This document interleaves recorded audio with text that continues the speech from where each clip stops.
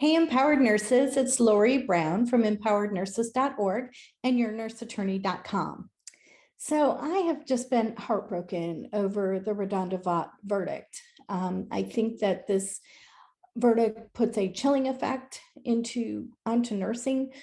She was doing her job, albeit incompetently, but that's the difference. There's a difference between, incompetent and making a mistake versus a criminal matter. And for it to rise to the level of a criminal matter and for her to face prison time is just beyond me. So anyways, I want to talk to you about the top 5 lessons learned from the RaDonda Vaught situation. But first, for those of you who say, oh gosh, it was, she deserved it. She clearly, violated the rules and the standard of care, and she deserved this. I would have never made a mistake like this. I'm going to put a sentence on the screen, and I want you to read the sentence. The directions are how many F's are in this. So your job is to, in that sentence below, count the number of F's. Okay, here we go. So see the sentence? Your job is to count the number of F's. That's it.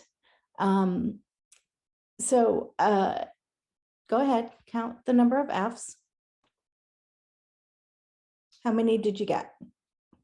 So I do this all the time in my speaking, and people give me anywhere from 3 to 6 F's. Sometimes they mess up and count the first F in the directions, but anywhere from 3 to 6 F's. And obviously there's only one number. And what trips us up is the ofs, the OF. And so we get it wrong. And of course, there's only 6 F's in the sentence, and we should be perfect and be able to count how many F's are in there, right?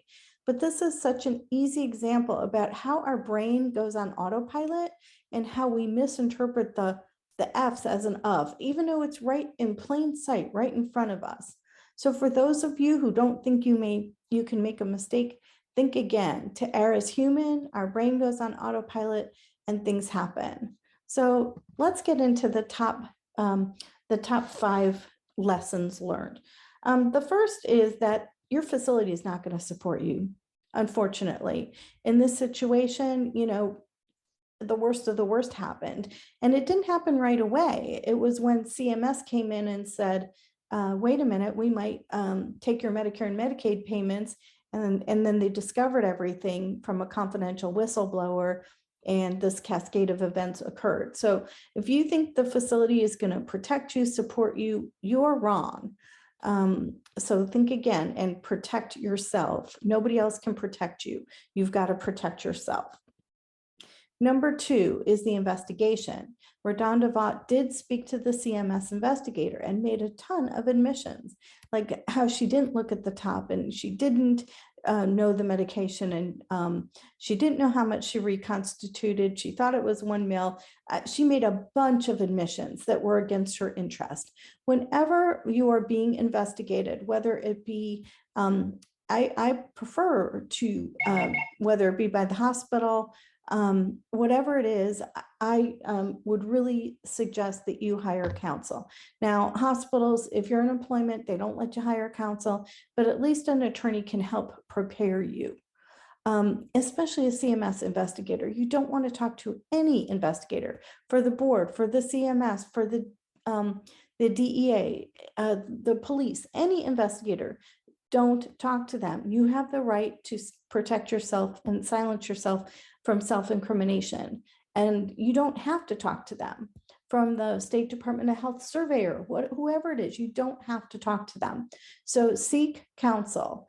Had RaDonda Vaught not made all of those admissions, I think that her case would have been better, because she made a med error, she owned up to it, but a lot of those mistakes she made, how many times she override the Pyxis, all of that, it all went against her.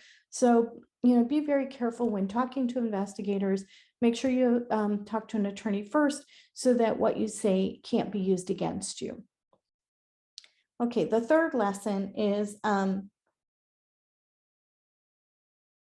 if you have to go before the licensing board, the nursing board, get an attorney who works in the area. of representing nurses before the licensing board.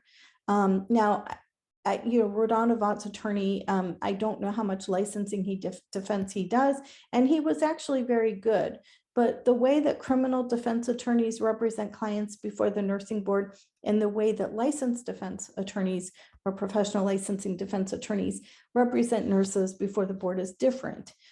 It's a different standard. In criminal, it's beyond a shadow of a doubt, beyond a reasonable doubt, whereas at the nursing board, the level of evidence is much lower and the standard is a lot different. And it all is based on your conduct. It doesn't matter all the circumstances surrounding it. It's your conduct. So getting an experienced attorney in that area is really important. The fourth lesson is, this is really, really important, insurance. I see all over Facebook now that nurses are telling you, get insurance right now. Well, here's the thing. Insurance will not cover you for a criminal matter. They do not cover you for a criminal matter whatsoever. There's no insurance in the world that's going to cover you for a criminal matter. So now the insurance would help definitely for professional licensing defense if you have that type of insurance, and medical malpractice. As you see from this situation, your employer is not going to stand by you, or not in every situation. And so you want your own attorney, and by having professional malpractice insurance and professional licensing defense insurance, it affords you the right to your own attorney. So yeah, I think insurance is a great idea, but just don't be mistaken. It will not protect you in a criminal matter. RaDonda had to raise, I believe she raised $150,000 from GoFundMe, and congratulations to her. A lot of nurses that I see who have criminal matters, they can't afford to pay the defense. And so they wind up pleading to something, and it comes back to haunt them in other ways. So I'm proud of RaDonda for standing up in defending herself. That's amazing. I'm sure it was the hardest thing she's ever had to go through, and my heart goes out to her. But just know that insurance will not cover a criminal matter. And then lastly, transparency, the fifth lesson. And that is, it is so important. The whole idea of just culture is that we can figure out the cause of these mistakes and take actions to prevent them. And in this situation, the Pyxis or the AccuDose machine and the EMR were not talking to each other. And the staff were specifically instructed on how to override the system. And that went on for months. If you work in a place that you don't feel safe and you don't feel the safety mechanisms there to protect you are in place, then find someplace else to work. If your facility does not set you up for success, then you need to find someplace else. I hear it all the time from nurses. Well, it's the only place in my area. You do have a choice. You don't have to work there. You can always get another job, but you can't get another license. And in RaDonda's case, she can't get her freedom. So if you work in a place that does not fully support you and have systems in place to protect you from making a mistake, because we all go on, how many of you have been on the highway and missed your exit, or you missed the turn on your street?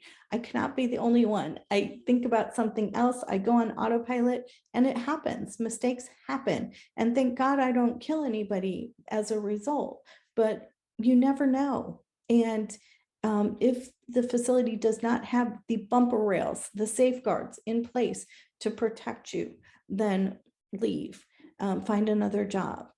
Now, the one question I get asked is, well, what do we do about this? I think that nurses need to stand in their power and get together and ask for what they want. I think that nurses are taught to be quiet and to just put up with things, and the status quo is the status quo, but that doesn't help patient safety. So we need to stand together and make the changes necessary that we want to see in healthcare. And if that means all of us leaving to send a message to them, it's a choice. And I'm not going to tell you to leave your jobs, but I'm going to tell you that if you have a criminal matter, It is not covered by insurance. And if you don't feel supported, or if safety measures are not in place, and you have a license matter, you may not be able to work either. So there are places out there that are safe and that support you, and I would find those places. It's really hard to change the culture once it's established of a place that is not working appropriately. So here's to you for being nurses through this difficult time, and wishing you the best success, and set yourself up for success. If you're not in a place that doesn't support you, get another job. It is just not worth it. And I wish you all the best. I'd love to hear your comments about RaDonda's case in the comments below, and what you've learned from these lessons, what your takeaways are. Thanks again. Bye.